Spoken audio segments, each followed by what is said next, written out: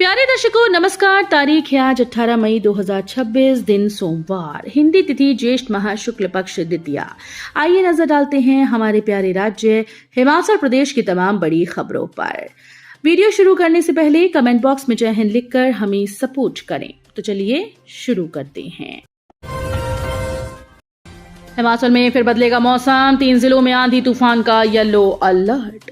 हिमाचल प्रदेश में चिलचिलाती धूप और गर्मी के बीच एक बार फिर से मौसम करवट लेने वाला है। मौसम विज्ञान केंद्र शिमला के द्वारा जारी ताजा बुलेटिन के अनुसार राज्य में 19 मई से लेकर 21 मई तक मौसम में बड़ा बदलाव देखने को मिलेगा। इस दौरान प्रदेश के 3 मुख्य जिलों चंबा, कांगड़ा व कुल्लू में तेज आंधी, गर्जना और बिजली गिरने को लेकर येलो अलर्ट जारी किया गया।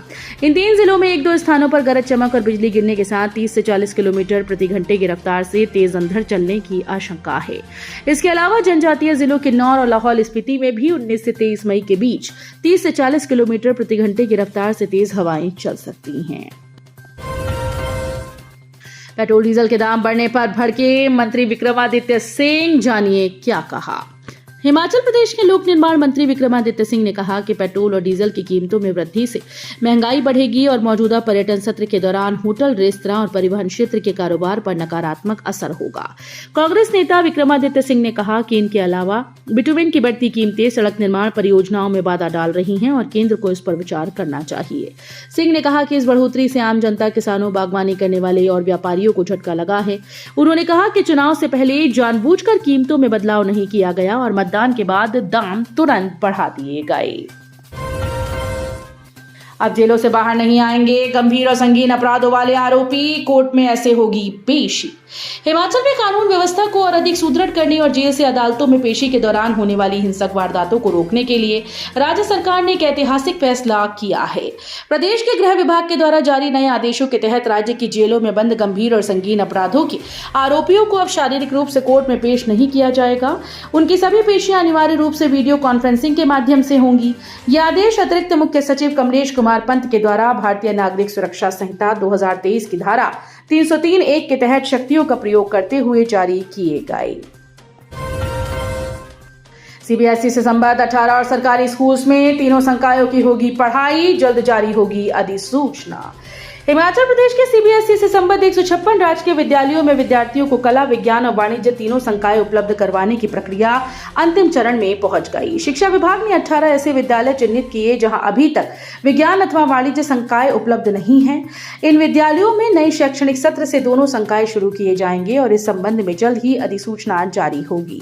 मुख्यमंत्री ने हाल ही में शिक्षा विभाग से सीबीएसई पैटर्न पर संचालित विद्यालयों की विस्तृत रिपोर्ट तलब की। रिपोर्ट में सामने आया कि 156 में से 18 विद्यालयों में विद्यार्थियों को सभी विषय विकल्प उपलब्ध नहीं हैं। हिमाचल निर्वाचन आयोग के आदेश पर शिमला में 14,000 लाइसेंस धारकों ने जमा करवाए हथियार, आदेश न मानने वाले नपेंगी। हिमाचल प्रदेश पंचायत व निकाय चुनाव के कारण निर्वाचन आयोग ने हथियार जमा करवाने के आदेश दिए हैं। शिमला जिले में अभी तक 14,000 से ज्यादा लोग हथियार जमा करवा चुके हैं। चुनाव के कारण राज्य निर्वाचन आयोग के निर्देशों के अनुसार पुलिस ने सभी लाइसेंस धारकों को हथियार जमा करवाने के आदेश दिए थे। शिमला जिले में करीब 16,000 लाइसेंस धारक लोगों के पास हथियार हैं। इनमें से अभी भी कई लाइसेंस धारकों ने हथियार जमा नहीं करवाए हैं। हमीरपुर के खिलाड़ियों को बड़ी सौगात, अनु डिग्री कॉलेज के खेल मैदान में बिछाया जाएगा नया सिंथेटिक ट्रैक। हिमाचल प्रदेश के हमीरपुर जिले के अनु डिग्री कॉलेज के खेल मैदान में नया सिंथेटिक ट्रैक बिछाया जाएगा।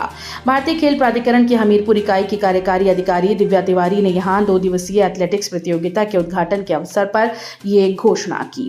2 दिवसीय चैंपियनशिप में लगभग 900 युवा खिलाड़ी भाग ले रहे हैं। दिव्या तिवारी ने कहा कि सैकड़ों खिलाड़ियों ने हमीरपुर के सिंथेटिक ट्रैक का उपयोग करते हुए राज्य और राष्ट्रीय स्तर की प्रतियोगिताओं में पदक जीतकर हमीरपुर का नाम रोशन किया। हैदराबाद से सोलन पहुंचते ही क्षतिग्रस्त हालत में मिली नई बस। प्रदेश में इन दिनों इलेक्ट्रिक बसेस की डिलीवरी का दौर शुरू हो गया। हैदराबाद से ट्रेलर्स के माध्यम से बसेस को हिमाचल लाया जा रहा है और फिलहाल इन्हें सोलन में खड़ा किया जा रहा है। सभी बसेस के पहुंचने के बाद एचआरटीसी अधिकारी प्री डिलीवरी इंस्पेक्शन करेंगे। बताया जा रहा है कि कंपनी ट्रेलर्स पर बसेस का बेड़ा यहां भेज रही है। सभी बसेस एकत्रित होने के बाद उन्हें अलग अलग जिलों में भेजा जाएगा। इसी बीच एक इलेक्ट्रिक बस के सामने का शीशा टूटा होने का वीडियो इंटरनेट मीडिया पर प्रसारित हो गया। वीडियो सामने आने के बाद लोगों में चर्चा शुरू हो गई कि की बसें संचालन से पहले ही क्षतिग्रस्त हो रही हैं। अनुमान लगाया जा रहा है कि आंधी के दौरान बस पर पेड़ या उसकी शाखा गिरने से शीशा टूटा हो सकता है। हिमाचल निकाय चुनाव परिणाम। जोगिंदरनगर में जश्न के बीच सांड का तांडव, 7 लोग घायल, भीड़ पर अचानक किया हमला। नगर निकाय चुनाव के नतीजे घोषित होने के बाद रविवार देर शाम जोगिंद्रनगर में उस समय अफरा तफरी मच गई जब जीत के जश्न में डूबे प्रत्याशियों और समर्थकों की भीड़ पर एक हिंसक सांड ने अचानक हमला कर दिया। पुलिस थाने के समीप राजकीय बाल पाठशाला के मुख्य गेट पर पेश आई इस घटना में 7 लोगों को आंशिक चोटें आई। प्रत्यक्षदर्शियों ने बताया कि सैकड़ों लोगों की भीड़ के बीच हिंसक बैल अचानक से हमला करते हुए मतगणना स्थल की ओर भागा। सांड को अपनी तरफ आता देख वहां मौजूद पुलिसकर्मियों और चुनावी ड्यूटी से लौट रहे कर्मचारियों में हड़कंप मच गया।